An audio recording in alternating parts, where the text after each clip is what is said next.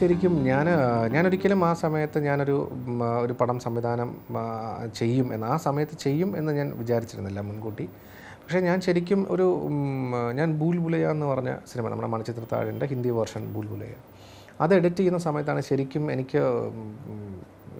ഒരു ഇൻസ്റ്റിങ്ക്റ്റ് വന്നത്. എനിക്ക് I have to direct a movie എന്ന് പറയുന്നത്. അങ്ങനത്തെ തോട്ട്സ് വന്നു. പക്ഷേ ഞാൻ ആ സമയത്തേക്ക് ഒത്തിരി പിന്നെ ഞാൻ അന്വേഷിച്ചത് കഥകളായിരുന്നു. നല്ല കഥകൾ ചെയ്യണം, നല്ല സിനിമകൾ ചെയ്യണം, വ്യത്യസ്തമായ സിനിമകൾ ചെയ്യണം.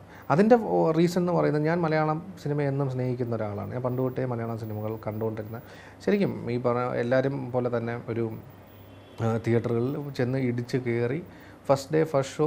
എനിക്കിപ്പോഴും, ഞാൻ തിരുവനന്തപുരത്തുകാരനാണ്, അപ്പോൾ എനിക്കിപ്പോഴും ഹൊറിഫൈങ് മൊമെൻറ്റ്സ് ഒക്കെ ഉണ്ട് ഞാൻ ആലോചിച്ച് കഴിഞ്ഞാൽ. ഇപ്പം ഞാൻ എങ്ങനെ അത് ചെയ്തിരുന്നു എന്നുള്ള കാര്യം, തിരുവനന്തപുരത്തുള്ളവർക്ക് രാജേന്ദ്ര തിയേറ്ററിൻ്റെ ആ ചെറിയ വഴി, അതിൻ്റെ ഇടയിൽ കൂടെ ചാടി എൻ്റെ കൂടെ വേറെ ആൾക്കാരുണ്ട്, ഞാൻ മാത്രമല്ല, എൻ്റെ ഫ്രണ്ട്സ് സർക്കിൾ കാണും. അപ്പോൾ ഓരോ ആൾക്കാരുടെ തോളി ചവിട്ടി ഞാൻ ചെന്ന് ഫ്രണ്ട് സീറ്റിലിരുന്നാണ് ഞാൻ തേന്മാവൻ കുമ്പത്ത് എന്ന സിനിമയൊക്കെ കണ്ടിട്ടുള്ളത്. അപ്പം അങ്ങനെയുള്ളൊരു സിനിമ പ്രേമം മാത്രമേ എനിക്കുണ്ടായിരുന്നുള്ളൂ. സിനിമ എന്ന് പറഞ്ഞാൽ അതായിരുന്നു എൻ്റെ പാഷൻ. പക്ഷെ അന്ന് ഞാനൊരു എഡിറ്ററാവുമെന്നോ ഒരു ഡയറക്ടറാവുമെന്നോ ഒന്നും ഞാൻ അന്ന് നിശ്ചയിച്ചിട്ടില്ല. അങ്ങനെ ഒരു ചിന്തയേ ഇല്ല. മോഹൻലാലിൻ്റെ പടം, മമ്മൂട്ടിയുടെ പടം എന്ന് പറഞ്ഞ് മാത്രം പൊയ്ക്കൊണ്ടിരുന്ന ആൾ തന്നെയായിരുന്നു ഞാൻ. നേരത്തെ വന്നൊരു സിനിമ, അതായത് ബട്ടർഫ്ലൈ ഓൺ എ വീൽ എന്ന് പറഞ്ഞ് നേരത്തെ വന്നൊരു, അത് ആക്ച്വലി ശരിക്കും വേൾഡ് വൈഡ് റിലീസായിട്ടുള്ള സിനിമയാണ്. അത് വെറും DVD റിലീസ് മാത്രമായിട്ടുള്ളൊരു സിനിമയാണ് ബട്ടർഫ്ലൈ ഓൺ എ വീൽ എന്ന് പറഞ്ഞു. അപ്പോൾ അതിൻ്റെ ഇപ്പം അനൂപിൻ്റെ അടുത്തൊരു പയ്യൻ വന്ന് അതിൻ്റെ ഇത് പറയുകയും, അപ്പോൾ അനൂപ് അതെന്നോട് പറയും, ഇങ്ങനൊരു പയ്യൻ വന്ന് അതിൻ്റെ ഒരു ഇത് പറഞ്ഞിട്ടുണ്ട്, അത് കൊള്ളാം, അത് ഒരു യൂണിവേഴ്സൽ തീമാണ്. അങ്ങനെ ഞാനും അനൂപും കൂടെ തീരുമാനിച്ച് ആ സിനിമ ചെയ്യുന്നുണ്ട്. അതിൽ അനൂപിന് ഡയലോഗ്സിൻ്റെ ക്രെഡിറ്റ് മാത്രമേ അനൂപിനും കൊടുത്തിട്ടുള്ളൂ. അപ്പോൾ ഡയലോഗ്സ്, അത് വളരെ ഭംഗിയായി ഡയലോഗ്സ് എഴുതിയിട്ടുള്ളൊരു സിനിമയാണ്.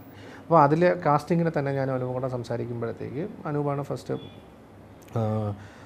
പല തരത്തിലുള്ള ആളുകളെ നമ്മൾ ആലോചിച്ചെങ്കിലും പിന്നെ ജയനിൽ ചെന്ന് എത്തേണ്ട കാര്യം എന്ന് പറഞ്ഞു കഴിഞ്ഞാൽ, നമ്മൾ എന്തായാലും വ്യത്യസ്തമായ ഒരു സിനിമ ചെയ്യുന്നു. അപ്പം വ്യത്യസ്തമായി ഇപ്പം ജയസൂര്യ എന്ന നടൻ വളരെ ഈ പറഞ്ഞ പോലെ ഒരു ഗുഡ് ബോയ് ഇമേജ്, അതായത് ഈ പറഞ്ഞ പോലെ നമ്മുടെ കൂട്ടത്തിലൊരാൾ, ഒരു പയ്യൻ എന്നുള്ളൊരു ഇമേജിൽ ഒരു കൂടുതലും കോമിക്കൽ റോൾസ് ചെയ്യുന്ന ഒരു പയ്യൻ എന്നുള്ള രീതിയിൽ. പക്ഷേ അതിൽ നിന്ന് ജയസൂര്യ എത്രത്തോളം വ്യത്യസ്തമാക്കാം, അതായിരുന്നു ഫസ്റ്റ് ചാലഞ്ച്. അപ്പോൾ അതിന് അദ്ദേഹത്തിൻ്റെ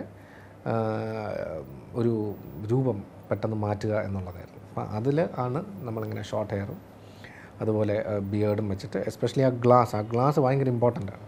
അപ്പോൾ ഞാനത് ആദ്യം ജയനോട് ആ ഗ്ലാസ് വയ്ക്കുമ്പോഴത്തേക്ക് ജയൻ പറഞ്ഞു, അയ്യോ അത് ശരിയാവും, അത് ചെറിയൊരു പ്രായം തോന്നിക്കുന്നത്. ഞാൻ പറഞ്ഞു, ജയ ഇതാണ് അതിൻ്റെ ക്യാരക്ടർ, ഇങ്ങനെ വന്നാലേ പറ്റുള്ളൂ. പക്ഷെ അത് ജയൻ പിന്നെ വേറെ ഒന്നും ജയൻ ചോദിച്ചിട്ടില്ല. പക്ഷെ അതാണ് ജയനെ പോലൊരു ആക്ടറിൻ്റെ ഡെഡിക്കേഷൻ എന്നൊക്കെ പറയുന്നത്. അത് മനസ്സിലാക്കുക, ഒരു ക്യാരക്ടർ മനസ്സിലാക്കുക. അതുകൊണ്ട് തന്നെയാണ് ജയൻ സക്സസ്ഫുൾ ആവുന്നത്, ഒരു ക്യാരക്ടർ മനസ്സിലാക്കി ചെയ്യുന്നത്. അപ്പോൾ കോക്ടെയിലിൻ്റെ വിജയത്തിൻ്റെ ഏറ്റവും പ്രധാനപ്പെട്ട ഘടകവും ജയസൂര്യയുടെ പെർഫോമൻസ് ആയിരുന്നു. ഈ അടുത്ത കാലത്തുന്ന സിനിമയിൽ ഒരുപാട് പ്രത്യേകതകളുണ്ട്. അതായത് ആദ്യം തന്നെ അതിൻ്റെ നറേറ്റീവ് സ്റ്റൈലിൽ, അതിൻ്റെ സ്ക്രിപ്റ്റിൽ, അതിൽ വന്നിരിക്കുന്ന ക്യാരക്ടേഴ്സ്, നമ്മൾ കഥ പറഞ്ഞ രീതി, അപ്പം അങ്ങനെ പറയുകയാണെങ്കിൽ ഒരുപാട് പ്രത്യേകതകളുണ്ട്. അപ്പം ഈ ഒരുപാട് പ്രത്യേകതകൾ ഉണ്ടായത് തന്നെ ഈ സ്ക്രിപ്റ്റ് എന്നോട്, അല്ലെങ്കിൽ ഇതിൻ്റെ ഒരു വൺ ലൈൻ മുരളി എൻ്റെ അടുത്ത് പറയുമ്പോഴത്തേക്ക് എനിക്ക് ഈ ന്യൂനെസ് എനിക്ക് അപ്പം തന്നെ കാണാൻ സാധിച്ചു എന്നുള്ളത്. അതാണ് ഇതിലെ ശരിക്കും ഈ അടുത്ത കാലത്ത് എന്ന പ്രോജക്റ്റിലെ ഏറ്റവും വലിയ ബ്ലെസ്സിങ് ആയിട്ട്, ഗോഡ് ഗിവൻ ബ്ലെസ്സിങ് ആയിട്ട് കണ്ടത്. എനിക്കത് കാണാൻ സാധിച്ചു. ഞാൻ ഒരു പക്ഷേ അത് പറയുമ്പോഴത്തേക്ക് എനിക്കത് കാണാൻ സാധിച്ചില്ല എന്നുണ്ടെങ്കിൽ ഇത് ഈ അടുത്ത കാലത്ത് ഉണ്ടാവില്ല.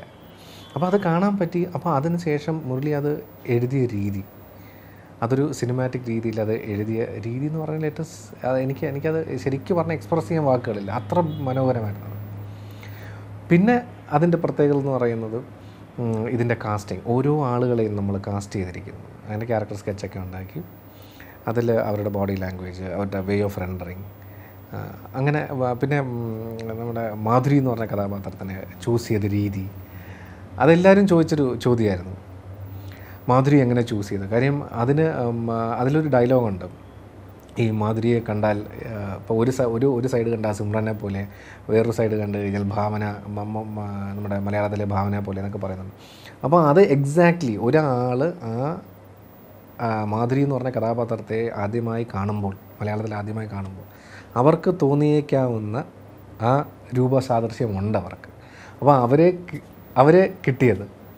പിന്നെ അതുപോലെ തന്നെ നിഷാൻ എന്ന് പറഞ്ഞ നിഷാനെ നമ്മൾ റുസ്തം എന്ന കഥാപാത്രമായി നമ്മൾ അവതരിപ്പിച്ചു. അതിൽ നിഷാനെ കൊണ്ട് ഡബ് ചെയ്യിപ്പിച്ചത്. പിന്നെ ഒട്ടുമിക്ക എനിക്കൊന്ന് തനുശ്രീയുടെ വോയിസ് ഒഴിച്ച് ബാക്കി എല്ലാവരും അവരവരുടെ ശബ്ദത്തിലാണ് ഇതിനകത്ത് വന്നിരിക്കുന്നത്. സോ അങ്ങനെ ഒക്കെ ഉള്ള ഒത്തിരി പ്രത്യേകതകൾ. ഇപ്പോൾ ക്യാമറാമാൻ്റെ കാര്യമായിട്ട് കാണിച്ചു കഴിഞ്ഞാൽ ഇതിന് മുമ്പ് ഒരു കൊമേഴ്ഷ്യലി ഒരു ഫിലിം ചെയ്തിട്ടുള്ള ആളുണ്ട്, ഒരു പുതിയ ക്യാമറാമാനായിരുന്നു. പക്ഷേ എന്നാലും അദ്ദേഹം കഴിഞ്ഞ വർഷം അതിന് മുമ്പത്തെ വർഷത്തെ സ്റ്റേറ്റ് അവാർഡ് വിന്നറാണ്. അദ്ദേഹത്തിൻ്റെ ക്യാമറ വർക്ക് ഒരിക്കലും നമ്മളൊരു സിനിമ കാണുമ്പോഴത്തേക്ക് ആ ക്യാമറ വർക്ക് കൊള്ളാം എന്ന് പറയുമ്പോഴത്തേക്ക് അതിനെ സ്ക്രിപ്റ്റിനെയും എല്ലാത്തിനെയും മേളിൽ നിൽക്കും അത്. അപ്പോൾ ആ മറ്റ് സൈഡുകൾ വീക്ക്. ഇതങ്ങനെയൊന്നുമില്ല. ഈ സിനിമയ്ക്ക് വേണ്ട സിനിമാറ്റോഗ്രാഫി അത് കൃത്യമായി ബാക്കിലാണ് നിന്നത്. അതിൻ്റെ ഒരു ക്വാളിറ്റി എന്ന് പറയുന്നത് ഇറ്റ് വാസ് വെരി ഗുഡ്. അപ്പോൾ കാരണം അതൊക്കെ കൊണ്ടാണ് ഇതിലെ ഓരോ ഫ്രെയിമുകളും ഇതിലെ ഓരോ ക്യാരക്ടേഴ്സിനെയും എല്ലാം ആളുകൾക്ക് കൃത്യമായി ഉൾക്കൊള്ളാൻ സാധിച്ചത്.